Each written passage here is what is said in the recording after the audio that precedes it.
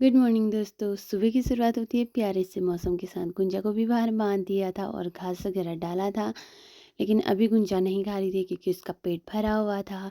फिर मैंने लगाया बहुत टाइम के बाद झाड़ू, और ये देखो हमारे घर के एप्रण सीढ़ी में मैंने बना रखे थे अपनी शादी के टाइम पे। थोड़े से टेढ़े थे लेकिन बहुत प्यारे लग रहे थे। ये सारे ही मैंने बनाए थे। और उसके बाद मैं चली गई खेत में ताई के साथ, क्योंकि मुझे खेत में काम था। धूप भी नहीं थी तो काम भी कंप्लीट कर रहे थे हम। और फिर घर आके मैंने एक मूवी देखी। मूवी बहुत अच्छी थी। ज़्यादा तो समझ नहीं आई लेकिन थोड़ी थोड़ी आ गई थी। उसके बाद दिन में आ गई थी बहुत ख़तरनाक धूप, और फिर मैंने ये घास डाला धूप में और मैं चल दी अंदर को यशु को देखने। यशु आ गया था स्कूल से और बहुत खुश होते हुए आ रहा था, लेकिन बाद में छुप गया था। फिर चली गई मैं कनक से मिलने। कनक टीवी देख रही थी और साथ में अनार खा रही थी। उसके बाद मैंने कनक को बहुत ज़्यादा परेशान किया और कनक बहुत ज़्यादा चिढ़ गई थी। मेरे से बोल रही थी आप कहाँ थे भी, ऐसे ऐसे कह रही थी। फिर मैंने कनक को बहुत ज़्यादा चिढ़ाया और उसके टीवी के सामने खड़े हो गई। उसको आया बहुत ज़्यादा गुस्सा और रोने लगी। उसके बाद कनक को बहुत ज़्यादा परेशान करने के बाद मैं चली गई घर। घर जाके देखा तो यस्सु हमारा उर्फ़ी बना हुआ था और बहुत ज़्यादा डांस कर रहा था, बहुत खुश था नहाने में। पहली बार खुश था ये नहाने में।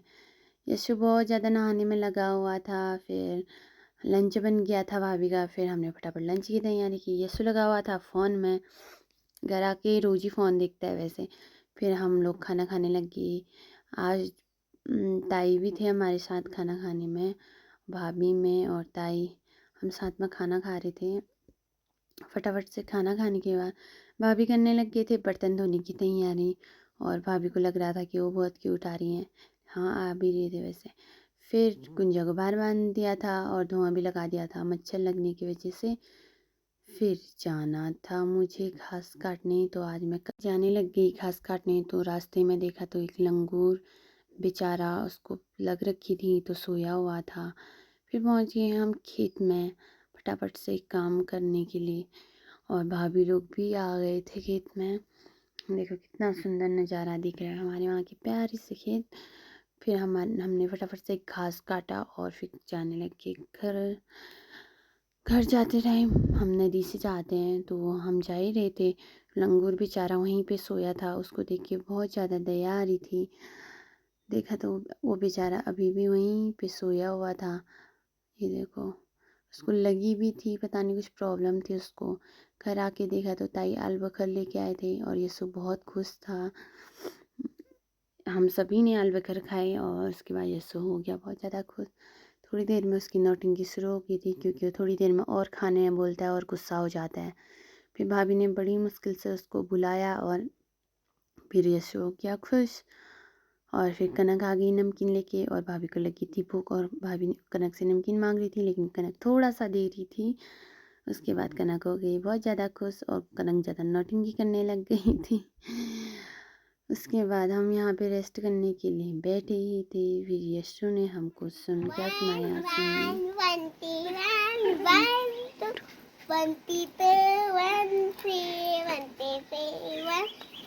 1